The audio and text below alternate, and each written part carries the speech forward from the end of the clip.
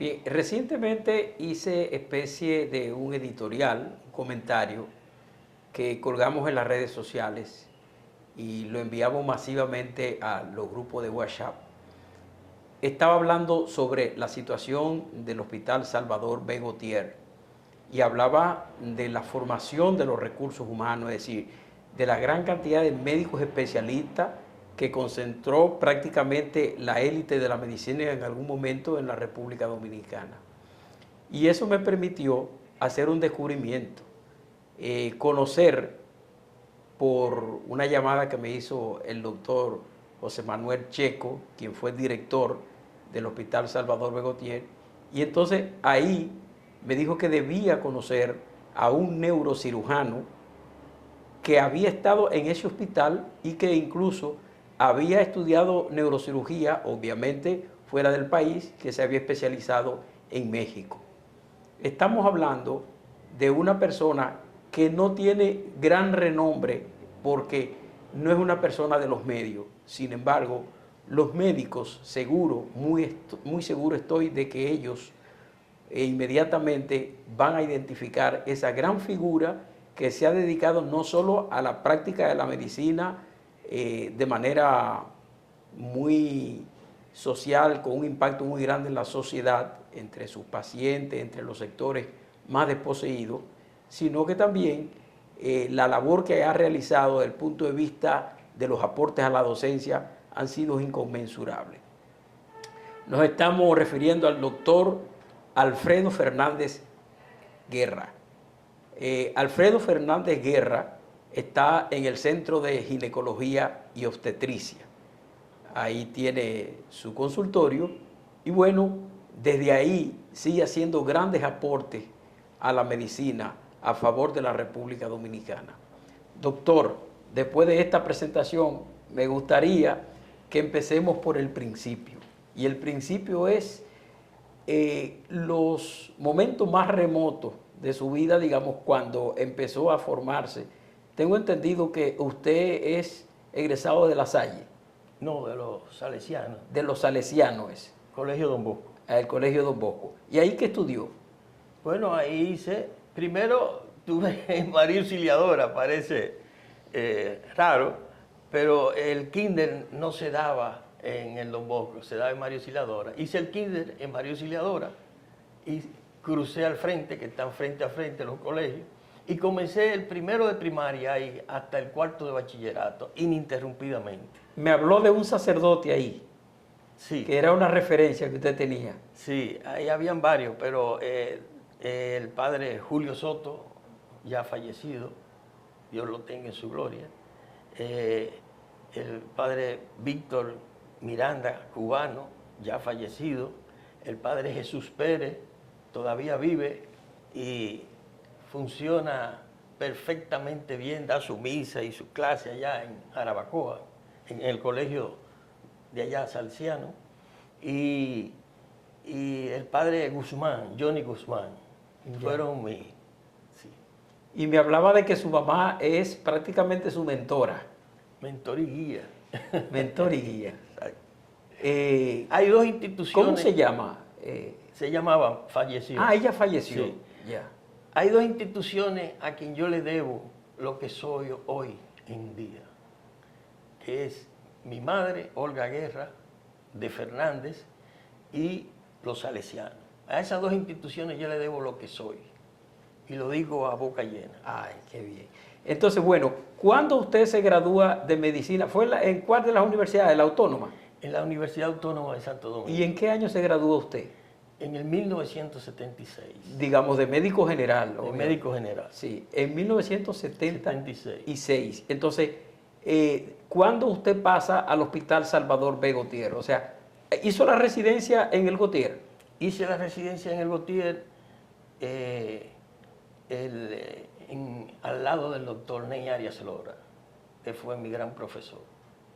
Una persona de múltiples cualidades, a quien yo lo llevo siempre en mi corazón. ¿Fue el primer neurocirujano de la República Dominicana? Sí, el doctor Ney Arias fue el pionero de la neurocirugía dominicana. se formó fuera, en Oxford y después en Estados Unidos. Y vino al país. Ah, él estudió en Inglaterra, dice que Oxford, ¿no? Sí. Ah, en Inglaterra. En Inglaterra. Y después hizo también parte de su entrenamiento en Estados Unidos. Entonces vino, inmediatamente tuvo la oportunidad de, o yo digo la institución, porque todos esos méritos que tiene el Salvador B. Gautier se le debe a las múltiples profesionales que en ese tiempo fueron ahí. Y en ese tiempo el Hospital Salvador B. Gautier era lo máximo en la medicina dominicana. Entonces Ney Arias fue el jefe del departamento de neurocirugía. Entonces en un momento dado comenzó él también a formar la residencia y nos formamos 3 neurocirujanos, el doctor Fernando Sánchez Gramonte, la doctora Pérez, Ruth Pérez y yo. Yeah. Fuimos los 3 primeros que salimos. Él quería... Es decir, que Ruth Pérez fue la primera neurocirujana de la República Dominicana egresado aquí, en el instituto ahí, en El Salvador B. Gautier. Correcto. Ya. Entonces, ¿cuándo usted se va a México? Bueno, yo después que me formé como bachiller, entonces hice, como tú bien lo dijiste, hice mi carrera de médico en la UAS y la reforma universitaria tenía por obligación brindar un año en uno de los pueblos. Mientras más lejos tenía más puntaje. Y a mí me tocó hacerla en Asua, en el hospital Simón Stridel de Asua. ¿Estamos hablando de qué año? Bueno, eso fue a partir ya de 76, 77. Sí. Entonces, ¿sus estudios en México qué tiempo duró, más o menos? No, porque yo me formé con Ney Arias, yo me hice neurocirujano con Ney Arias y luego me fui a hacer una subespecialidad a México, que fue el primero también que trajo al país la técnica de operar los tumores de base de cráneo vía transesfenoidal. Le abríamos una incisión de canino a canino. Transesfenoidal. O sea, por la boca entonces. Por la boca, y nos metíamos en el esfenoide y ahí pasábamos al piso de la silla turca, que ahí era que estaban los tumores de la línea media, específicamente de hipófisis, con microadenoma, que son tumores que se forman dentro de la glándula, y entonces en ese tiempo, cuando se detectaban microadenomas, entonces se sacaban por ahí con una cureta. Ya. Pero hablemos entonces antes, ¿cómo hacen los diagnósticos en esa época? Bueno, en la República Dominicana, estamos hablando de, en ese tiempo, un país prácticamente rural, porque el 70% de la población dominicana en ese tiempo era rural. Sí, correcto. Y un 30% urbano, es decir, al revés de lo que es hoy. Correcto. Entonces, ¿cómo hacían los médicos en esa área los diagnósticos, que es un área súper especializada? Sí. Pasamos muchos momentos difíciles, pero prácticamente hacíamos el diagnóstico de tumores cerebrales más por la clínica que por la clínica. Sí, porque lo que teníamos eran los rayos X nada más. Entonces, después vino la arteriografía y la ventriculografía. La arteriografía era para los tumores que eran vasculares, o los aneurismas, que son ya debilidades en la pared de la arteria, que hace un buche la arteria y explota. Cuando revienta, pues ya era mortal eso, si no se corregía a tiempo. ¿Y cuánto entonces llega el primer tomógrafo a la República Dominicana y en qué centro llegó? Bueno, como te dije, primero eran las placas. Por ejemplo, un niño tenía un tumor y antes de cerrarse la sutura, no se cerraban, que se cierran generalmente suturas craneales, los empates de los huesos. Entonces, cuando el niño, nacen con esas suturas abiertas, y a medida que va creciendo el niño, ya al año y algo, se cierran. Entonces, cuando ese niño no cerraba, eso se veía en la placa, la sutura todavía es abierta, o la fontanela, que es un espacio aquí en la mitad del frontal y de los parietales, donde se hacía un buche. No cerraba la fontanela cierra al año y pico también en el día. Cuando no cerraba... Eso es lo que entra como un rompecabezas. Correcto. Entonces, cuando no cerraba, entonces nosotros pensábamos, tiene una hipertensión intracraneal, hacíamos una placa, evidentemente, todas las suturas abiertas. Entonces, hay un tumor. Entonces, ya ahí por clínica, nosotros sabíamos por dónde era que venía el tumor. Wow. Era una cosa. Igual que la columna vertebral. Para nosotros estudiar la columna vertebral era metiéndole una aguja y echándole un líquido aceitoso y lo poníamos con la cabeza para abajo, si era de cervical o si era dorsal o si era lumbar, lo parábamos y ahí veíamos el aceite a través de placa también. Y así era que hacíamos los diagnósticos. Ok, entonces le decía, ¿cuándo llega, después de la placa, cuándo llega el tomógrafo como tal?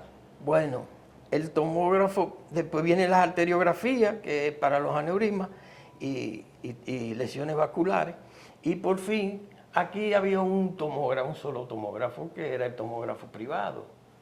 ¿Quién lo tenía? El tomógrafo privado diagnóstica, que era un grupo de médicos. ¿Estamos hablando de qué año?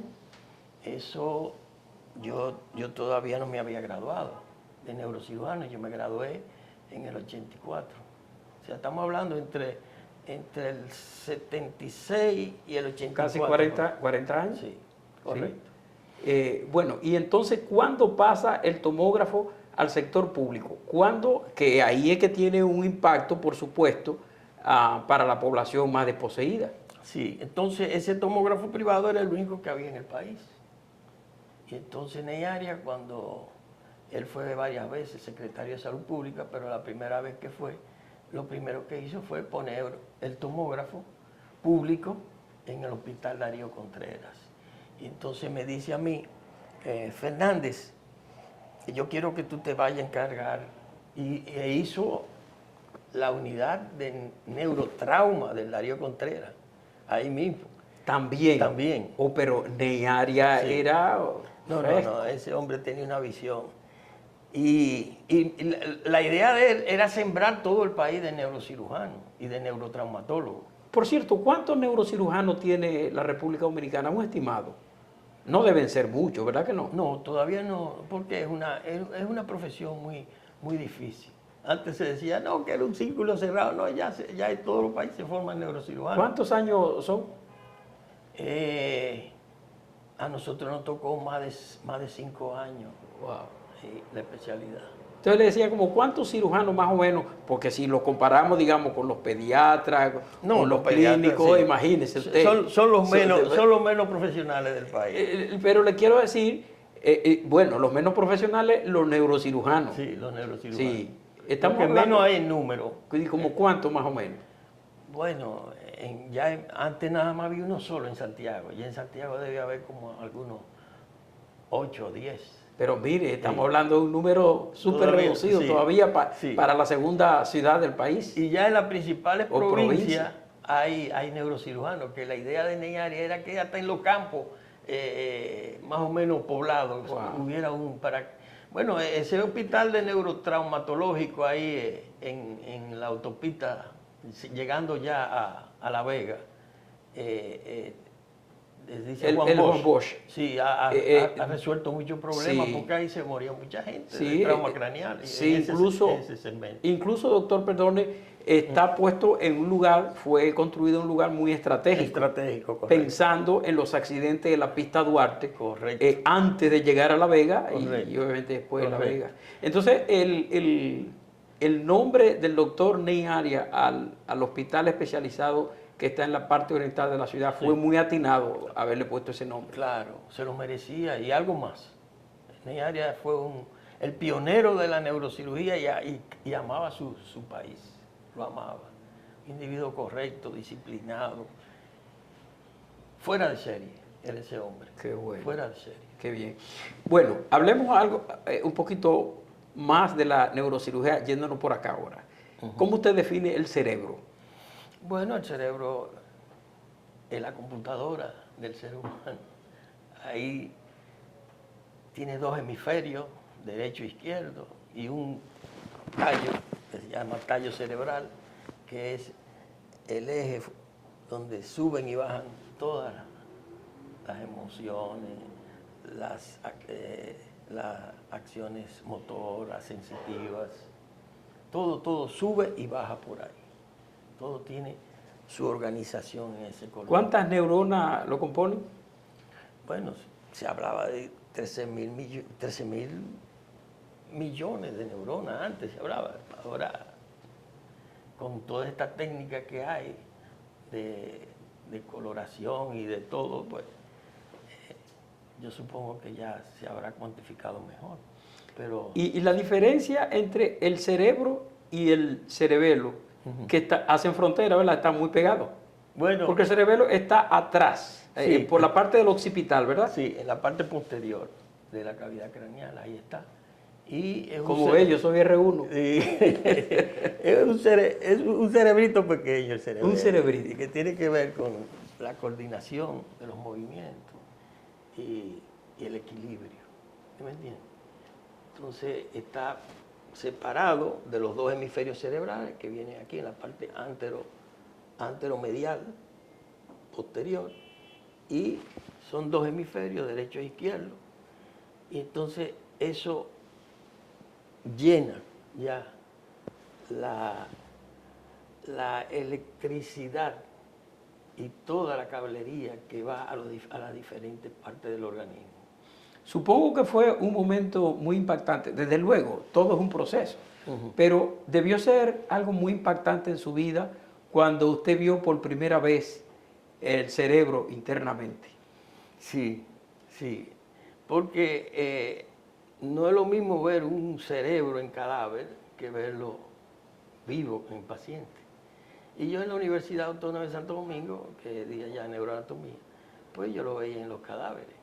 Ya. Y no era, porque es duro, una masa dura, cuando usted le pone la mano, pero ya en cirugía es algo, imagínense una gelatina congelada, así es, como un flan, así, esa contextura, que hay que tratarla con mucha delicadeza. O sea, nunca el cerebro, entonces, para una intervención puede salir del casco craneal.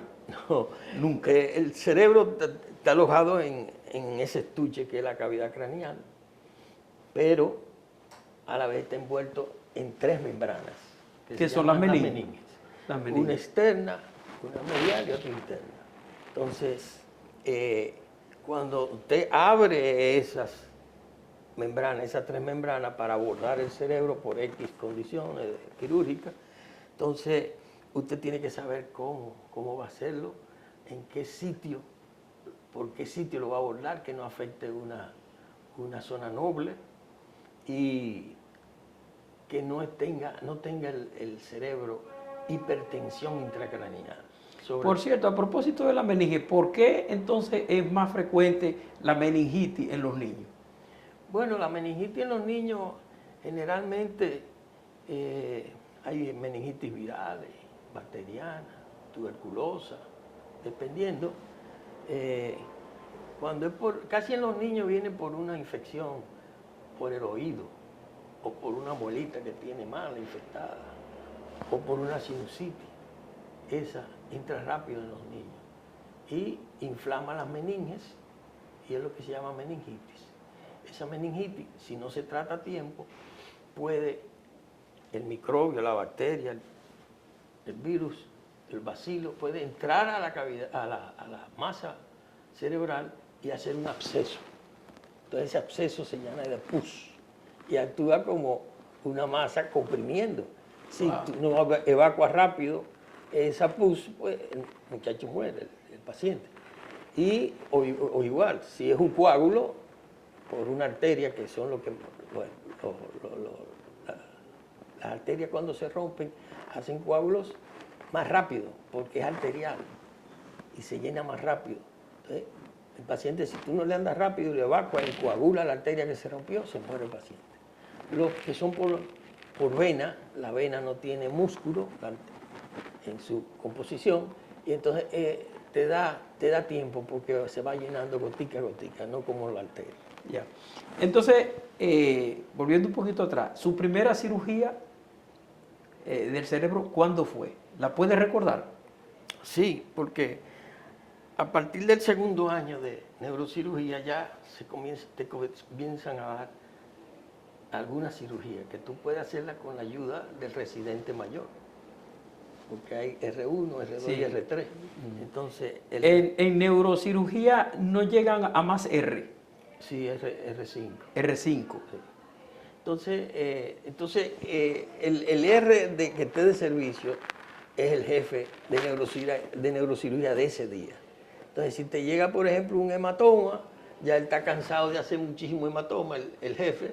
Pues Lo pasa. Te lo da el R1, Sí. el R2, estando él ahí con él. Sí. Y entonces son cirugías que son elementales y que se pueden hacer fácil, pero acompañado, porque... Es como el caso del avión con el piloto y el copiloto, Correcto. o alguien que quiera aprender, no le van a pasar el avión de una vez solo, No. con el piloto al lado. Correcto, así mismo, por jerarquía, Entonces ya cuando tú eres R5, R4, R5, ya te dan los tumores, los aneurismas, los tumores de cerebelo, de fosa posterior, esos son los más.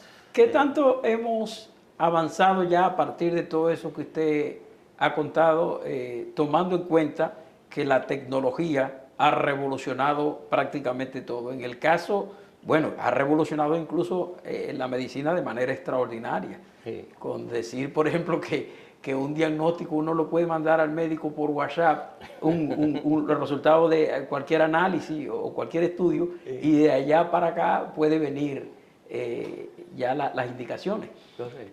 De manera que me gustaría saber cómo ha impactado en el área de la neurocirugía las tecnologías. Claro, como te dije al principio, que antes prácticamente operábamos, era por clínica, después por placas, después por arteriografía, después por ventricular. Entonces llegó la tomografía.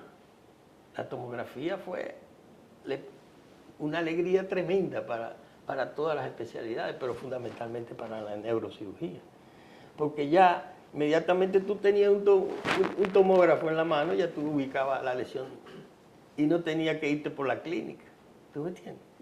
Y entonces ahí tú ibas directamente y ya tú sabías dónde iba a marcar, en la piel, y entraba y ahí mismo encontraba la lesión. O sea que eso fue el advenimiento positivo más grande que pudo haber venido.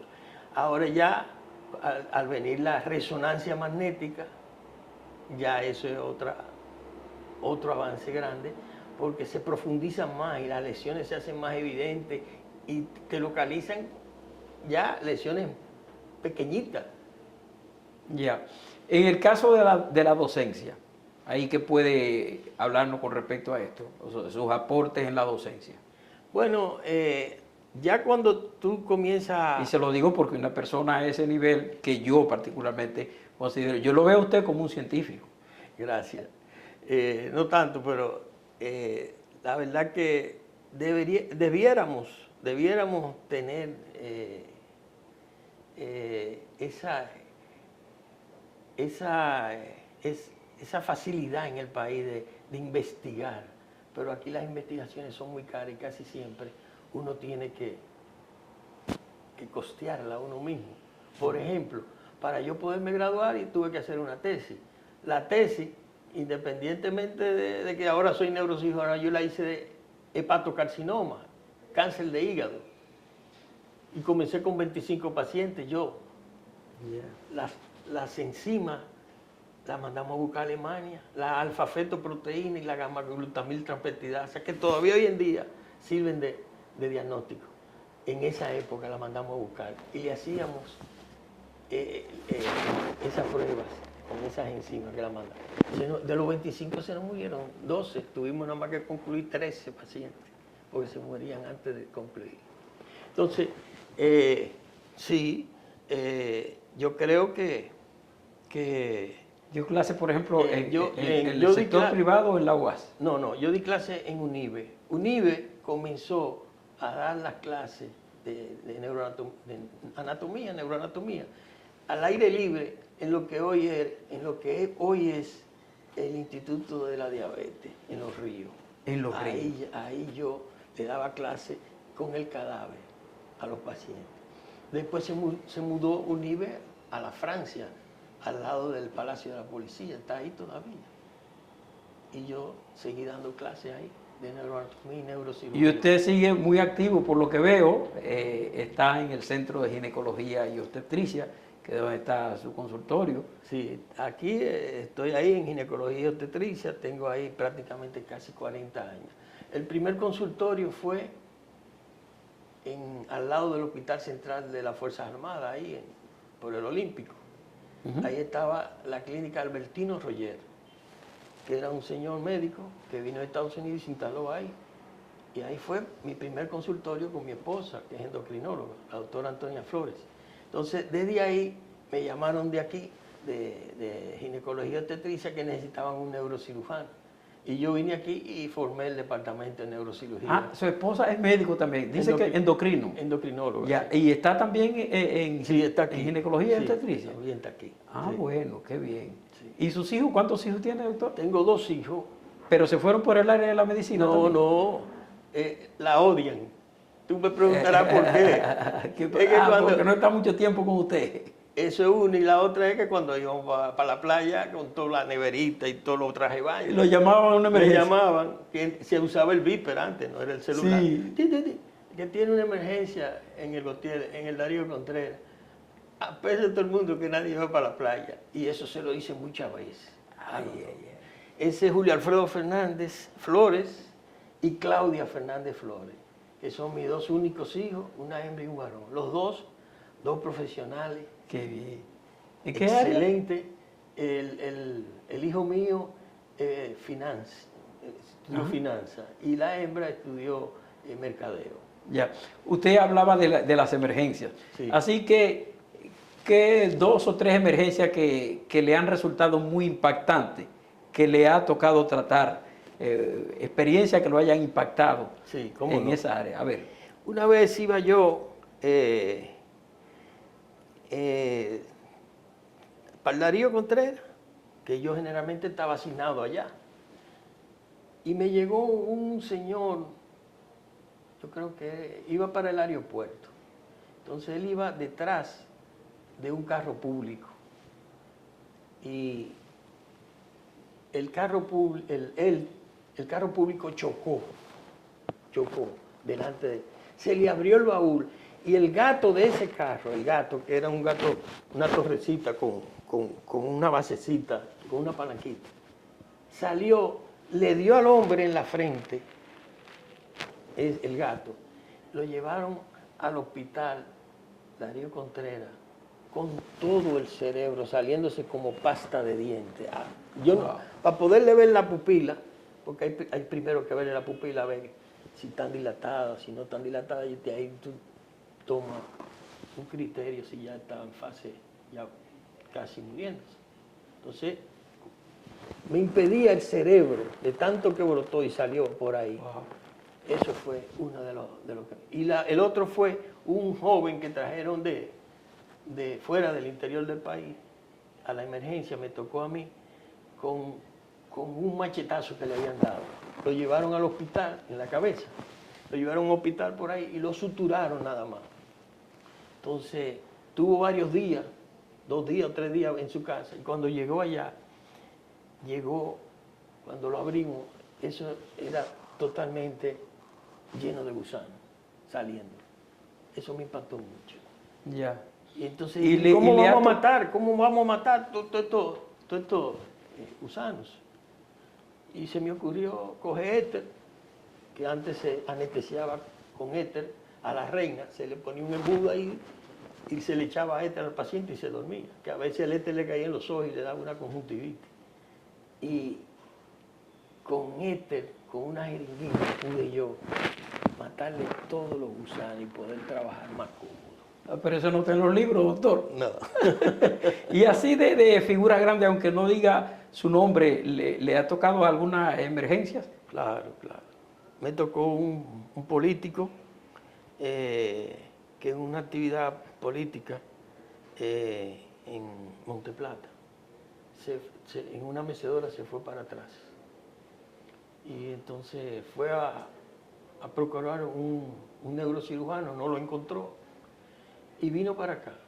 Y yo estaba de llamada y lo operé y le saqué 2 coágulos de su cerebro. Y hoy está como el primer guandul. Doctor, oiga, pero qué vivencia, cuánta experiencia usted ha tenido en la vida. Con relación a ese trabajo que usted ha hecho desde el punto de vista de la labor social, el impacto que ha tenido en la sociedad, ya he tenido la referencia de que usted no es un médico que se ha quedado con la paciente de los élite, no, que ha bajado demasiado y que ha puesto esa carrera, esa especialidad al servicio de la gente menos pudiente y que ha salvado en ese sentido muchísimas vidas que hubiese sido imposible si se pensara en el dinero. A ver, ¿hacia dónde está orientado eso? ¿A través de qué institución lo hace? ¿O lo hace así como el doctor Alfredo? Bueno, cuando estábamos en el hospital, nos valíamos de embajadas, de comerciantes que hacían sus aportes. Por ejemplo, en el hospital de niños Robert Rick Cabral, casi siempre, la mayoría de las veces eran implantaciones de válvulas por la hidrocefalia, que era la patología más frecuente. Y las válvulas costaban mucho dinero en ese entonces. Entonces, la Embajada de Italia nos la proporcionaba gratuitamente. Yo iba, le llevaba 5 expedientes con su nombre, con el número de récord y su casa, los nombres de los padres y todo, y su dirección, y ellos me daban 5 válvulas, y yo le llevaba 5 expedientes. Cuando se acababan esas 5 válvulas, volvíamos y llamábamos, sí, vengan, pasen a buscar 5 más, y así. Eso era una de las cosas. Otra cosa era que junto con la doctora Fermín, que trabajábamos juntos allá, ella le gustaban mucho las manualidades, y entonces hacíamos tarjetas de Navidad para venderlas para los niños de Robert Rick. Y esos fondos iban a esa misión de comprar las válvulas cuando no la podían facilitar porque se acababan en las embajadas o en otros sitios. Eso era uno. Otra cosa era los estudios. A veces no tenían para comprar los estudios, pero eso ahí, los aportes los hacíamos nosotros también, directamente de los recursos de nosotros. Eso eran. Y otra cosa, cuando pacientes que no podían ir al hospital porque ameritaba urgentemente una intervención o algo, entonces vaya a mi consultorio, yo lo veo en mi consultorio, usted no tiene nada que pagarme ahí. Y lo veía aquí, en mi consultorio. Y si había que conseguirle pagarle para que hiciera los estudios, se lo daba. Bendito Dios. El Salvador B. Gautier, ¿cómo lo ve? ¿Lo ve con nostalgia, con añoranza? Sí, lo veo con mucha tristeza, porque ahí fue que me formé y tuve la oportunidad en esta semana de llevar una señora que es la que me cuida allá cuando yo voy a Jarabacoa, en una casita que tengo, y me cocina a mi esposa y a mí. Y se cayó haciendo labores de su casa. Ella tiene una casita en mi propiedad que yo se la hice. Y se rompió la cabeza del fémur. Y entonces le conseguí que la internaran en el Gautier por las conexiones que yo tengo allá, con ortopedia y esa gente. Me la ingresaron y ayer la operaron. Se pudo conseguir todos los instrumentales, le pusieron una placa de tornillo y todas las cosas se le facilitaron o por SENASA o porque nosotros se lo conseguimos. Ya creo que mañana le dan de alta. Ya. Pero ese hospital...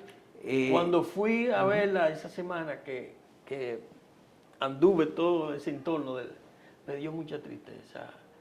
Está en pleno abandono, pleno abandono. Puertas rotas, poca limpieza, pero se están haciendo. ¿Crees que debe ahí hacerse un nuevo hospital? Yo creo que sí. Quiero decir, en términos de la infraestructura. Sí, yo creo que sí, se pudiera hacer, aprovechar esa coyuntura de esa edificación, aunque está un poco deteriorada también, pero se puede hacer, y entonces ese entorno que hay por ahí, que prácticamente va ahí, aunque está la Plaza de la Salud, pero no es lo mismo. Aquí el hospital es del cielo a la tierra en cuanto a cobre, en cuanto a... ¿Usted me entiende? Y convertirlo en uno más de los hospitales públicos. Pero ya los trabajadores que se enferman, algunos, la gran mayoría a lo mejor lo usa, pero otros se van y se buscan otro seguro y otra cosa, ¿usted me entiende? Pero esa población que queda todavía del trabajador, yo creo que se auxilia de eso ahí. Ya. Su participación en los encuentros científicos que se realizan en el país, en el exterior, por supuesto. Sí. Yo tengo tremendo miedo a los aviones. Yo voy a un congreso cuando ya me interesa algo específico, pero yo tengo amigos que nada más por ir y coger el avión, ellos se van. No, yo, cuando hay congresos que me interesan por los temas, yo voy, ¿entiendes? Pero, y la Sociedad de Neurología y Neurocirugía, yo fui presidente de la sociedad, ocupé todos los cargos. Yeah. Yo fui presidente en el 90-91 de la Sociedad de Neurocirujanos, después fui vicepresidente, después tesorero, después secretario y después vocal. Todos los rangos dentro de la directiva de la sociedad lo ocupé yo. Ahora nos reunimos, los neurocirujanos del Gautier, en algún restaurante todos los meses, y ponemos un tema y ahí lo criticamos, lo conversamos y hacemos confraternidad. Lo comparten, supongo que hablan de la neurocirugía ahora y la neurocirugía antes. Vamos de los viejos, vamos 2 o 3 siempre. Y siempre les gusta a ellos porque uno tiene siempre temas que ellos, cosas que no han pasado, que a ellos no le han pasado. Sí, y dentro de ese grupo así, de ustedes tan cercanos en la amistad, en la promoción, ¿a quiénes nos puede recordar? Bueno, ahí va el doctor Sánchez Agramonte, Fernández Sánchez Agramonte, que fue el primer neurocirujano de Ney Arias. El primer neurocirujano del Ney Arias. De Ney Arias, de la residencia donde yo me gradué. Ya. Después va el jefe ahora actual, Rodolfo Bonilla, que es el jefe actual de neurocirugía del Gautier, que fue mi alumno. Va también, va el doctor Zúcar, que fue mi alumno también. Va el doctor Viñals, que ahora es el que está haciendo la neuroradiología. La neuroradiología por rayos, a través de un cabezal que se pone, se manda rayos por medio de la computadora y quema el tumor. Él está ahí en la clínica Abreu. El doctor Viñal, ese se formó en Cuba. Y va él también. Hay varios, muchos, que cada vez van más. El doctor Dalle, que ya es de los viejos, ya está retirado, él era el neurocirujano de otorrino, laringología. ¿Y qué se siente haber dejado ese legado? Hablar de personas que han llegado en la medicina a esas posiciones importantes, incluso en la función pública. ¿Qué se siente, doctor? Cuando están con nosotros. No, digamos, o ahora mismo que usted me está hablando de eso, o que en algún momento lo piensa. O sea, supongo que la satisfacción en términos personales y profesionales son altísimas, ¿verdad? Claro, punto. Juntarse en un momento dado, después de tantos años de haber estado sin vernos, nos damos un abrazo y comenzamos a hablar de todas esas anécdotas pasadas. Es un goce total. Se siente uno bien. Bueno, he escuchado en algún momento, doctor, y vamos casi ya aterrizando ahí, pero es una pregunta que no podía dejar de hacérsela. He escuchado que cuando se produce un accidente, una persona tiene un accidente, que lo recomendable... Automovilístico. Sea como sea, pero que lo recomendable, mayormente ahí, lo recomendable es no moverlo, dejarlo. Si usted está de acuerdo con eso, ¿y por qué? Sí, cuando hay un accidentado en la carretera o en una casa, donde sea, lo ideal es dejarlo en el sitio. Si está consciente, pues no hay ningún problema, pero está inconsciente, entonces hay que ladearlo para que tenga buena respiración y la lengua no se vaya hacia atrás y tape la glotis. ¿Qué es la glotis? La campanita esa, Okay. donde pasa también el aire para los pulmones, la tráquea. Entonces ahí la lengua, al estar de lado, no se va hacia atrás. Incluso si vomita, tampoco el vómito coge para los pulmones. Entonces sería un problema porque todo ese contenido alimenticio se iría a los bronquios y taparía los alvéolos. Puede hacer un paro respiratorio. A propósito de si vomita, una persona que está en esa situación o que ha sufrido alguna convulsión y vomita, ¿es un síntoma de gran preocupación? No, el vómito en una convulsión, un paciente epiléptico, puede venir por varias causas, pero lo importante aquí es que las vías aéreas, que la nariz, la boca, se comunican allá, en la trompa, ahí en la garganta, y eso hay que mantenerlo.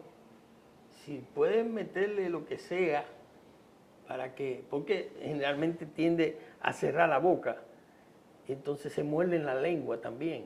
Entonces, lo ideal es meterle algo entre las dos arcadas dentarias para que no pase eso. Y entonces pueda salir el vómito hacia afuera. Eso es lo más importante. Después colocarlo en algo plano, llámese camilla, tabla, lo que sea, para que si tiene una lesión cervical, una luxación, una fractura, esa fractura no vaya a lacerar la médula. Entonces, si es a ese nivel, quedaría cuadripléjico, sin fuerza en los brazos y sin fuerza en las piernas. La verdad que usted inspira y siempre a uno le da seguidilla. Estaba casi al final de la entrevista, pero ha mencionado un tema que impacta en la población porque son casos muy conocidos, el caso de la epilepsia. Sí. Generalmente, ¿qué ocurre para que un paciente sea epiléptico? ¿Por qué ocurre la epilepsia? Bueno, la epilepsia puede ser de varias causas. Puede ser por un trauma cerebral. Ese trauma hizo una herida en la corteza cerebral y esa herida hizo una cicatriz. Ya esa cicatriz es un área epileptogénica, productora de epilepsia, de convulsiones. Puede ser por un tumor que le esté creciendo, puede ser por un coágulo que le produce eso, por una ruptura de una arteria, y puede ser también por congénito, que lo heredó, epilepsia. Ah, puede ser congénito Sí, también. puede ser congénito. Puede ser también por asfixia, que tuvo una asfixia y hizo un infarto, porque no le llegó sangre en ese momento a ese sitio, hizo también un infarto cerebral, ahí en esa área epileptogénica. Generalmente las áreas que más producen epilepsia son los frontales y los temporales. Pero se puede producir en todas, pero las más frecuentes son cuando... Y puede ser por una infección, un absceso cerebral, pus, por una infección de oído. ¿Y qué regulaciones hay en la parte del occipital, por ejemplo? Esa parte del cerebro en esa locación. O sea, ahí, ¿qué hay respecto a la función? No, en el frontal. En el frontal. En el frontal, sí. Sí. O sea, en la frente. En la frente. Sí. ¿Qué regulaciones hay ahí? ¿Qué parte de cuáles sentidos, por ejemplo? Ok. A ver. Los polos frontales controlan la conducta, la personalidad y la motricidad. Las puntas específicamente controlan la conducta y la personalidad. Y un poquito más para atrás, el área motora. Porque yo me muevo, ahí está el área motora. Y en el pie de esa área motora está el área de Broca, el área hablada. Entonces, te voy a poner este ejemplo. Se subió un francotirador en Estados Unidos, eso fue verdad, y comenzó a matar gente, a tirarle, pa, pa, pa. La policía fue, papá, lo agarró y lo metió preso. Vamos a investigar a este hombre que tenía un tumor en el polo frontal. La conducta y la personalidad la había alterado ese tumor. Wow. Tú agarras a ese individuo, le operas y ya lo devuelve a la sociedad normal. O sea, esos casos son operables. Sí, si el tumor es benigno, ese está curado después que se opera. Si es benigno. Wow. Si es maligno, depende de la malignidad. ¿Y en el país podrían hacer esas intervenciones? Claro que sí. Wow. Claro que sí. Yo he operado muchísimos militares. Soy todavía el neurocirujano del Hospital Central de las Fuerzas Armadas. ¿Así? Yo soy asimilado. Ah, pero usted estuvo también en el Central de las Fuerzas Armadas. Yo operé ha jugado en los grandes estadios. Yo operé un señor, Tionilde Nova, está vivo. Yo iba saliendo del hospital de un servicio que hice. Y cuando iba saliendo para irme para mi casa, llegó una ambulancia con un señor con un vendaje. Y dije, bueno, para que no me llamen, porque yo estoy en el servicio, me van a llamar. Llévalo directo, yo lo vi, un balazo le dieron. Él estaba en la aduana, haciendo su trabajo, y llamando a buscar un policía que estaba metido en un contrabando de droga. Y le quitó él mismo, usted está arrestado, pa, y le quitó quédese ahí, usted está acá. Y el policía tenía el revólver y le dio un balazo ahí mismo. Entró ahí y le salió ahí. Y yo lo metí, le resolví su problema y está vivo. Y somos muy buenos amigos. Ay. Bueno, una última. Entonces, el medicamento para la epilepsia, ¿qué es lo que hace? ¿Por qué si una persona epiléptica no se toma el tratamiento puede convulsionar? O sea, ¿qué es lo que hace? ¿Cuál es la función del medicamento para que se mantenga estable el paciente sin convulsiones? Sí. Cuando hay una crisis convulsiva, las neuronas, para ponértelo sencillo, las neuronas trabajan al unísono, trabajan rítmicamente. Es lo normal. Pero cuando hay un foco epileptogénico, hay un grupito que no va a ritmo con ese. Y entre estas hacen así, ta, ta, ta, ta, ta, la otra, ta, ta, ta, ta, como entonces, intermitente. Esas son neuronas que agitan a las otras para que se pongan a funcionar arrítmicamente. Entonces, ¿qué hace el medicamento? Le ordena que no, que tiene que trabajar a ritmo. Para que me entiendan. Perfectamente, qué bien, doctor. Bueno, de verdad que ha sido un enorme placer conversar con usted y si hay que hacer una segunda parte la haríamos después, pero creo que esta entrevista va a servir para estudiantes, para profesionales de la medicina, para pacientes, para todo el mundo. Y imagínense, eso que usted ha dado ahí es una cátedra en el aire.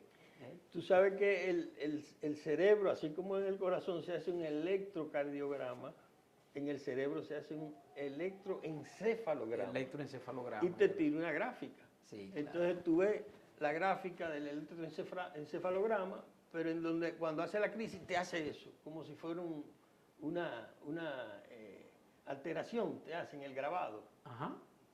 Una alteración como eléctrica, ¿verdad? Eléctrica, entonces ahí tú dices, bueno, ahí hay una onda anormal.